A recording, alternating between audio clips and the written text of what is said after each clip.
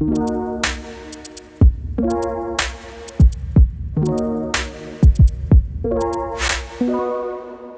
right, have you ever been confused about prosperity? What is the prosperity gospel? What does it mean to prosper? What does it mean? Like, can Christians be wealthy? Like all the weird stuff that we hear. And I remember for a long time, I struggled with this. Like I didn't understand money. I grew up thinking it was bad. I grew up thinking that rich people were greedy. All the things totally understandable with the community, the Christian community that I was part of. So if you've ever been confused about money, about prospering, or what that truly means in the kingdom, I want you to lean in and tune in. Like just like Jesus said, he who has ears, let him hear, because I've got an amazing guest on today, the author of Thou Shalt Prosper, Rabbi Daniel Lapin. And what I can tell you is over a decade ago, when I was struggling, he was there for me. And that knowledge and that wisdom transformed my life to such a degree that it's even hard to communicate that today. So vastly different from where I was to where I am now. So lean in, because we're going to get wisdom on what prosperity truly means. Rabbi, thank you so much for being here today. I truly appreciate it. You can't imagine how much I've been looking forward to it, Hannah. Oh my goodness, it's like getting together with an old friend, because I feel like you've been such a part of my growth. And that's why you're America's rabbi, because you understand, you get it, and you communicate in such a way that people understand. Well, in all honesty, I've really got to get rid of that sobriquet. I mean, it's nonsensical. There is no such thing as America's anything, I don't think, except maybe president and sometimes. But so I hate correcting you. And the other thing I hate correcting you on is you mentioned prosperity gospel, and so I thought I should probably say at the very outset that nothing we're going to be talking about today has the remotest connection with what passes for in many Christian circles and many Jewish circles as prosperity gospel. So Absolutely. that's not what we're talking about today. Absolutely. We're talking about what it really means to prosper. Yes. As a believer. And, also, does God want you to be poor? Does God want you to be rich? Doesn't he care? Is it irrelevant? Is poverty a sign of virtue? Many of these things that people do believe. And I got to tell you that, until COVID, I was speaking in about maybe 30 mid to large sized churches a year, Hannah. And Yeah. when we would pull up to the church, I could tell in a heartbeat what was being taught about money in that church. Oh.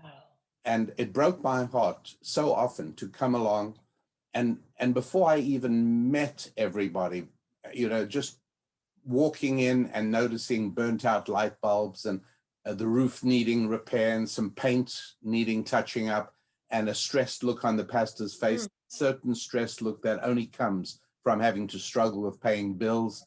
And I knew right away. And for me, the most beautiful thing of my life is doing prosperity seminars, teaching ancient Jewish wisdom about money to the church, and then coming back a year or 2 years later, speaking to them again and having people come up to me with testimonies. There was one woman in Tennessee who came up to me afterwards and said, "Look, I heard your seminar. I just don't see what I'd been talking about in that particular unit was the importance of seeing yourself as being in business, not as an employee, no matter what you do. Right. Even if you pour coffee for a well-known international coffee chain, they don't advertise or sponsor your show, do they, Hannah? No, they don't. Well, then I'm not going to mention their name. No free advertising here, I'll tell you that. And so, yes, you say to yourself, I am a professional. I am a business professional. I'm in business for myself. At the moment, I have one client or one customer, namely this coffee chain. And then you start thinking in terms of how to expand that. Well, who says I should only have one customer? And so on and so forth. So this woman came to me and said, I'm a checker in a market. She says, I'm a single mom, I struggle, and I just don't see how your prescription can apply to me. And I said, well, if, right now, if I came and watched you check people out, then I asked you how many were men and how many were women, would you know? She said, I don't think so. I said, if I asked you how many had smiles or how many didn't, she said, no, I don't think so. I said, why? She says, well, I guess because I'm looking down at the stuff and I'm checking. I said, well, if you were a professional business person, if this was your company, I don't think you'd be doing that. I think you'd be looking at the people, and a look came over her face, of utter brilliant comprehension. Like her eyes started shining. And I just said, God bless you. I want to hear from you when I'm back here in a year and a half. And a year and a half time, she came back. I came back there. And I had my daughter Ruthie with me on that trip. Now, Ruthie, who happens to live in Israel, was at the time, she really knew fashion, Hannah. She really could tell. She came up to me and she was standing next to me. This woman started approaching me. And I recognized her right away as the woman from life, but she looked very different. And Ruthie nudged me and sort of whispered at me, Daddy, she's wearing a $1,500 outfit. And I looked and I remembered yes, she was looking like out of Kmart last time I saw her. Right. I said, Ruthie, what's with the shoes? And Ruthie said, $300 shoes. And so I knew things were going well. And I said to her, so what's happening? She said, well, I did exactly what you said. And again, to cut a longer story short, she told me in much detail. But a guy, when she finished checking him out, the man said to her, what time do you get off work? And she said, excuse me, he said, I'd like to talk with you. She said, Mr. I'm a single mom. I work very hard. I'm just not looking for social. He said, no, you misunderstand me. I want to speak to you about business.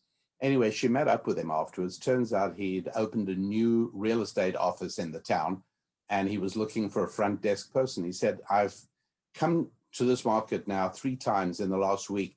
One of the times was to shop. The next 2 times was to watch you. He said, I see you engage with every customer. I've even noticed people choosing your lane because they know they're going to get a cheerful greeting from you, and you seem to remember things they tell you. And I said to her, it sounds as if you've been a wonderful student. She said, I did exactly what you said. And anyway, bottom line is that she was now a manager of his new office. Beautiful. That is brilliant. And it's that spirit of ownership, that spirit of being in business. Yeah, and that's part of it. And really, I mean, in our time today, Hannah, I don't want to, if possible, I'd rather not analyze why it is that so many people are bad with money and why so many people seem to be content in a condition of need. I don't want to treat it as a sociologist. Right. I'd rather we talk in very practical and applicable terms of specific strategies. Well, what are those specific strategies? Because I have to tell you, I felt so confused about money before I came along with your teachings and really plugged into that. I was so confused about money, and I had so much garbage thinking of unworthiness and all that. But we're not going to break that down. But understanding there are principles that God laid out on how to operate with money as a blessing. And when we start to do that, that's what really changes not just how we view money, but also how we view ourselves and how we show up in the world. And I got to tell you, one of my friends, she's Jewish, and she asked me one time, she's like, can I ask you a question? Why are Christians so weird about money? And I, because she knows I'm a Christian, I was like, well, what do you mean? She's like, I don't get it. Like, all of my friends, like my Jewish friends, we understand money to such a level, and we grow it, and we grow our businesses, and but Christians have this weird thinking about money. And I was like, I've seen that so many times. I saw it in my own life, but I didn't know these strategies. So share some of these strategies and how we can get plugged in and operate with finances in that kingdom way. Yes, well, needless to say, in the short time we have together, I'm not going to be able to hand over the sum total. Which is why we're linking to your book, Thou Shalt Prosper. Right, exactly. And for people who prefer doing it by video, on our website, we have something called the Financial Prosperity Collection, where I do about 10 hours of video teaching. Ooh. People are not so good at reading. So there are different ways, but we absolutely have to look at some of those practical strategies for two reasons. Number one, to show that there are such things. Yeah. And number two, to actually give people the encouragement to make a sharp pivot in the financial outlook. And while nothing we say today is going to turn this month into a bumper month for anybody, pardon me. It will, however, if deployed, change the year dramatically. Yes, I believe it. I believe it. So what are some of these strategies that we can start to? Okay, well, the first one, here's how I once saw it applied. My wife and I were wanting to go out, and we had some children stay, and we had our own, and we had some other children staying over. We needed a babysitter. So there was a lovely teenage girl, must have been 17 or 18, and not far away, and we called her up and we said we heard from friends that she babysits. Anyway, she'd be able to do it. Yes, she said she'd be happy to. I asked her what her rate was. She told me, and she came on over. And when we got back that evening, we found the house was spotless. Children were asleep. They'd had supper. The dishes had been done. This girl was an absolute goddess. She was spectacular. And so I sort of mentally did the arithmetic of her rate, now how many hours, and I don't know what made me, I should have just said, I owe you this much, but I said, so how much do I owe you? And her eyes went downcast like this, and she started shuffling her foot on the carpet, everything that somebody who's incredibly uncomfortable does. Yes. And eventually she said, would $32 be okay? I said no. And she looked startled, and she was like a deer in the headlights there, and I could see she was getting ready to drop. Oh no. Yeah. And I said, no, $32 wouldn't be good, but $50 would be just right. And she looked at me in puzzlement, and she said, I don't understand. I said, well, you've done such a terrific job. You deserve more. In other words, what you have been worth to my wife and I tonight is more than $32. You've been worth $50. And we want to pay you what you're worth to us. You know why? She said, no. I said, because next time we call you and you can't make up your mind whether to take someone else's job, I want you to take ours. Yes.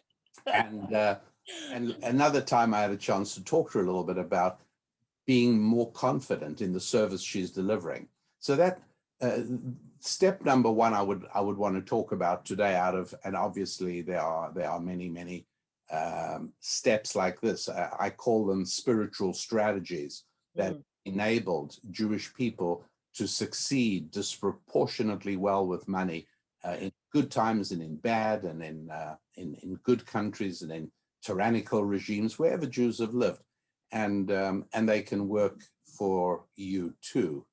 And that would be that it's really important to understand the internal dignity and morality of business. Now, what is business?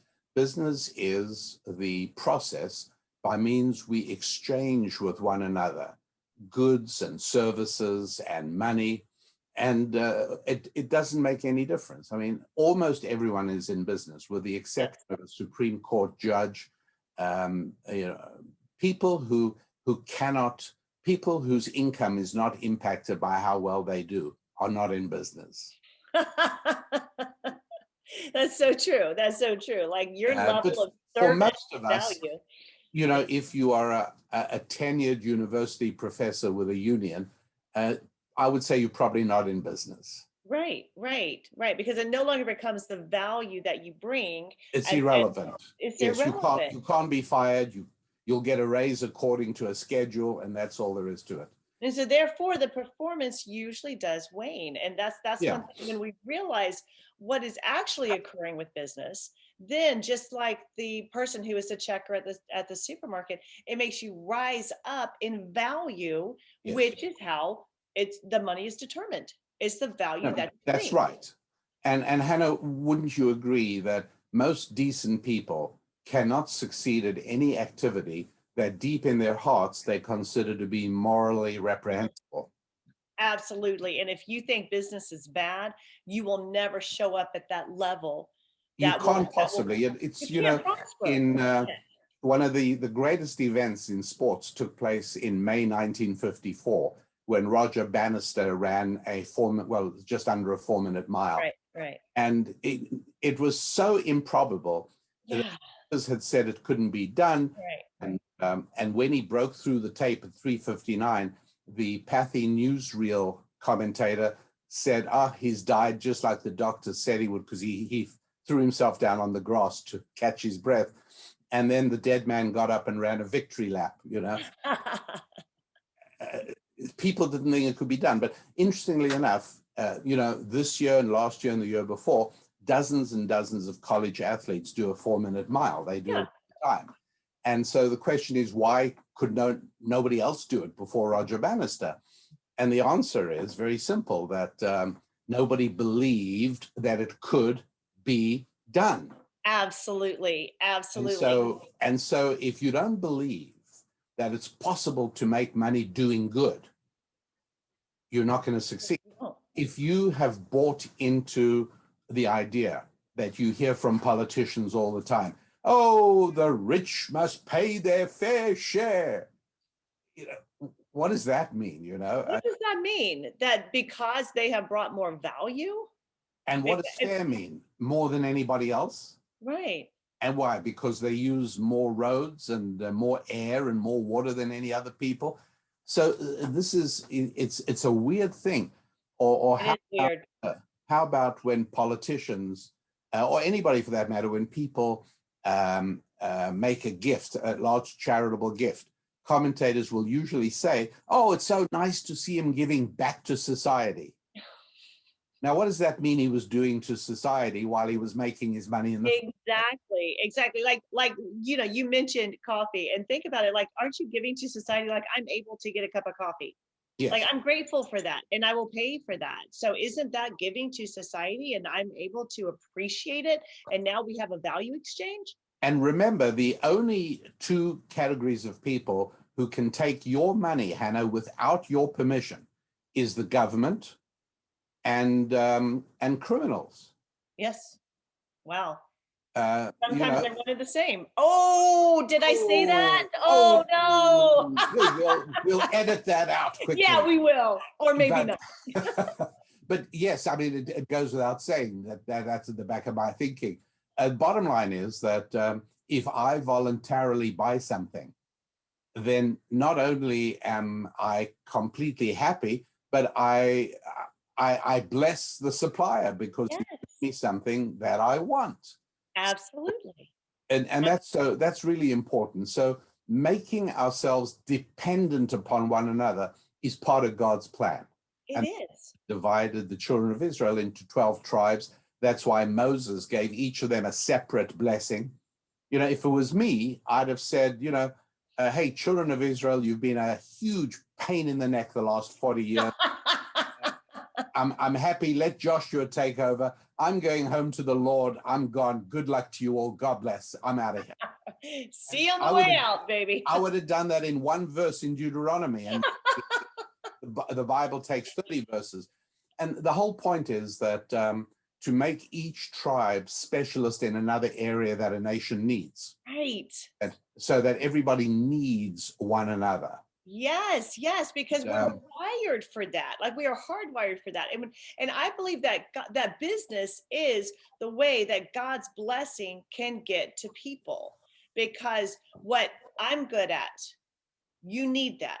what you're Yes. good at. I need that. And so Yeah, of it not course. only draws us into community, which God loves unity with people, and not only makes us interdependent, but it also makes us rise up in our gifts and our anointing that God bestowed in us. Absolutely. And that's why even in at the end of Genesis, Jacob also takes 30 verses to bless his 12 sons. Instead of just saying, boys, good luck to you all, take care of each other, I'm gone.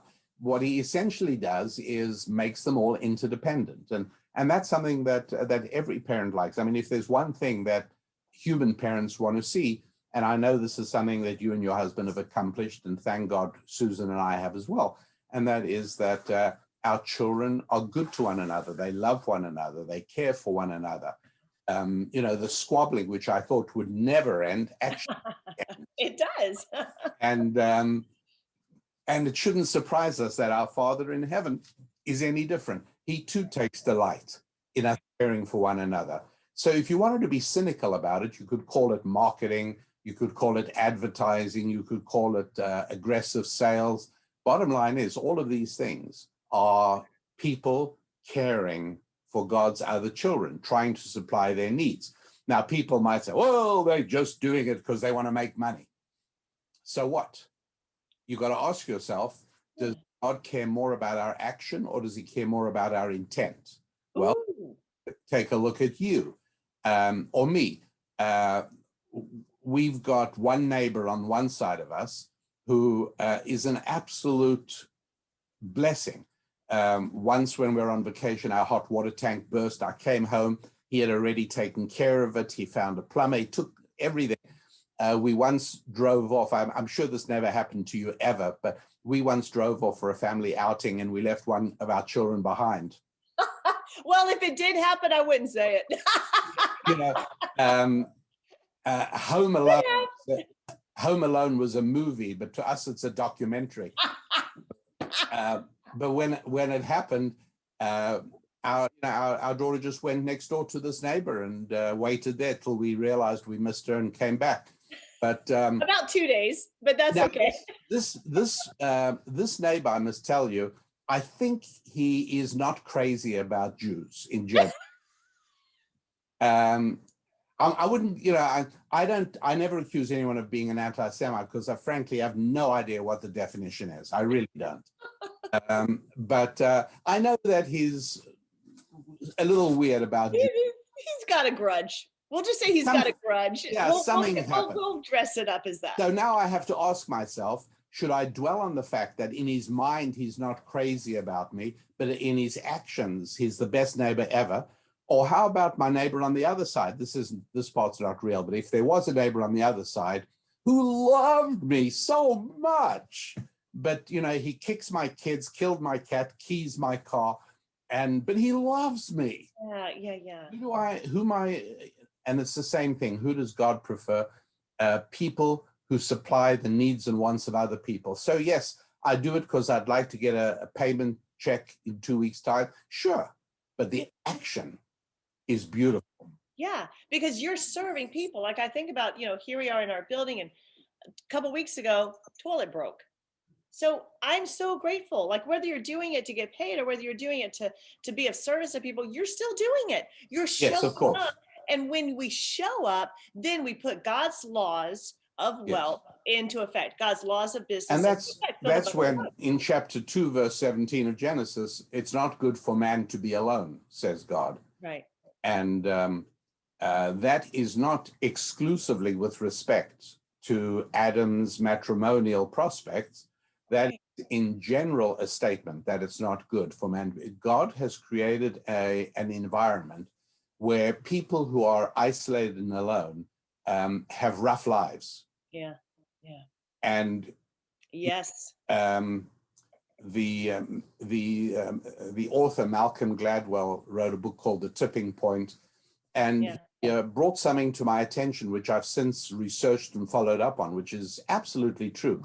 And that is when we look for the primary characteristic that distinguishes people who make a lot of money from those who make no money, it turns out to be remarkably simple. There are a number of factors, but one of the first is how many friends you have. Wow, that is powerful. And It's about that a way to define interconnectivity. that is how many people who are not your relatives or people you owe money to would return your phone call within 24 hours. Wow. And here's another recommendation for our audience today, and that is make a list of them. The good news is that it's not going to be as hard as you think. There are not as many as you think or as you hope. The bad news is there's not that many. Right, right. Make a list of how many people would return your call in 24 hours. Yeah. And, don't think it's going to be hundreds of people. It's really not. Right. For most of us, the number is way down. Now, it should be bigger. And people who are good with money have made that number bigger. Yes. Essentially, God wants us to connect with one another. And that's why the first 34 verses, with the exception of the first 34 verses in Genesis, all start in the Hebrew with the word and. Because even though only about 55% of verses in the 5 books of Moses start with and, the figure is 100% virtually for the first 30, the whole story of creation. Right. Because God wants to drive home this principle of connection. He wants us to connect with one another. Why would it surprise us that a good and loving God would reward us for obeying his directive to connect with the incredible blessing of financial abundance? Right. But he does. He wants his family, just like you said, you get so much joy out of your children, loving one Yes. another and connecting with one another. And that's our loving Father. He wants Yeah. to see He wants to see his children taking care of one another. And the thing you have to get over is that the virtue is not disqualified by virtue of the fact that you're making money out of it. Praise God. That is so good. Well, let me ask you, in the time we have left, I know we have a few minutes, but I know there's people listening who really want to, like, they're intrigued. They're leaning into this, like, well, wait a minute, like, God set up business. God set up this Yes. prosperity and this wealth. So if they're having a hard time, if they're struggling with debt, or they don't have an operating budget, or they don't feel like they can get ahead financially. And so these ideas of, like, first show up as you run the business. I love that idea. Show up and connect with people. Is there Yes. something else they could do today that they can put to work today to move forward? Yes, very, very much so. First of all, I think that the next most valuable thing, perhaps, to do is to focus on this idea that by making money, you are serving other people. Oh, I love that. And I think what might be useful here is I'm going to do a quick quoting of 4 scriptures, okay? Yes, I'm ready. Pen in hand, ready to And go. I mentioned this, I give it as a caveat because I know we've got people listening who are not as Bible-centric as I am. Right. And I say, it doesn't matter at all. I've heard a very effective business speech by a wonderful racing driver called Mario Andretti. Now, I'm really not about to take a car around a track at 200 miles an hour. So you might say, well, why would I listen to him? Yeah. Because the principles that he teaches are applicable regardless of where he gets them from. Beautiful. Because it works the same way. It'll work. Yeah, it works the same way. Hitting a brick way. wall means something in business and in driving. Right. Yes, means something in business and in driving. So that's why I mentioned that what I'm going to mention now comes from the Bible, but it shouldn't make any difference to you at all, regardless, because the point is what's important. And here it is. God put Adam in the Garden of Eden to work it. Yes. Right? That's chapter 2 in Genesis. Work is holy. Oh, but wait, you're happy. You're too happy. Oh, okay. Let me tone it down a little bit. Hold on. Yeah. Okay, I'm ready. Yeah, right, exactly.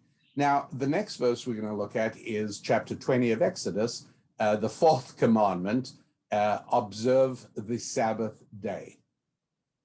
And it carries on to say, 6 days shalt thou do all thy work. Yeah. So, Hannah, I've given you 2 verses now with the word work. Yeah. One of them is God put Adam in the Garden of Eden to work it, and the other is 6 days you must do all your work. Right. Now we're going to look at 2 verses that are a little bit different. In chapter 3 of Exodus, God says to Moses, go to Pharaoh and tell him, let my people go so that they may worship me in the desert. Right.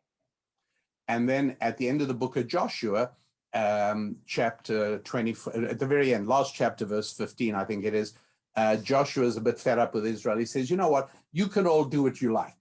But as for me and my family, we shall worship the Lord.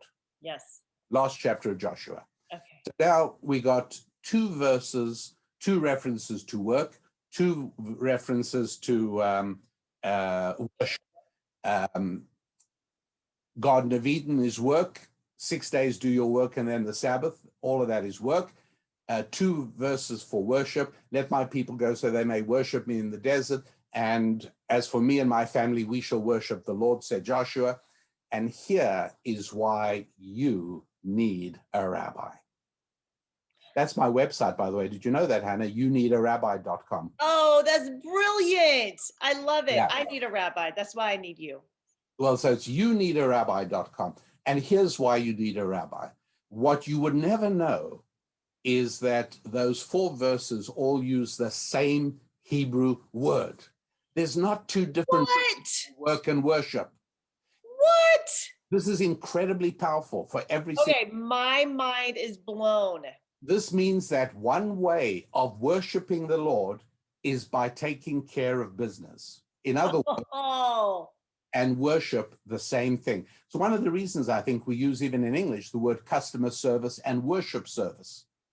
There's a similarity there, because when you take care of God's other children, you are also serving him.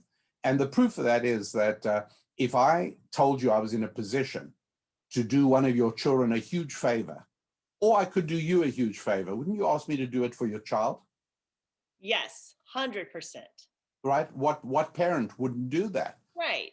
And so similarly here as well, you are pleasing our Father by taking care of his children. Worship and taking care of business, same thing. Now, it doesn't mean that there's never a time to be in church and be on your knees and praying. Of course there are. And but be aware that the rest of the week, when you're all taking care of customers, you're also worshiping the Lord. Now, that's beautiful. Hugely important, because it helps people get rid of one of the biggest obstacles to financial effectiveness, and that is a deep-seated discomfort with money. That somehow you got to realize that you forget everything you might ever have been taught. If you were unfortunate enough to ever have to endure 4 years of college economics, forget everything you were taught. Money is a medium of exchange, blah, blah, blah, blah. No, money is nothing other than a certificate of good performance. It proves you have pleased another human being. As long as you didn't hold up a convenience store or rob a little old lady and steal her pocketbook, and as long as you're not a politician increasing taxes, but for everybody else, if you've got $1 in your pocket, I know how you got it. You pleased another one of God's children. I don't know if it was a customer or a client or a family member. I have no idea. But somebody voluntarily gave that to you because what you did for them pleased them more than the dollar was worth to them. Oh, that is so powerful. I feel like we could talk for about another 2 hours just on. Oh, no, much more than that. Oh, my goodness. Absolutely. But we got to stop and eat sometime. But that's so beautiful. Thank you so much just for the wisdom. Now, YouNeedARabbi.com. People can go there to get more of this wisdom. Also, you said you have Thou Shalt Prosper. Of course, that was a book that basically changed my life. And also, you have a video series that they can plug into and get this. Yes, that's right. Now, Thou Shalt Prosper can be purchased anywhere at all. And the Financial Prosperity Collection, where I teach for many, many hours on this, is available at our website at youneedarabbi.com. That's right. Yes, absolutely. And I'm just going to give another plug for this, because so much time and energy is spent around money.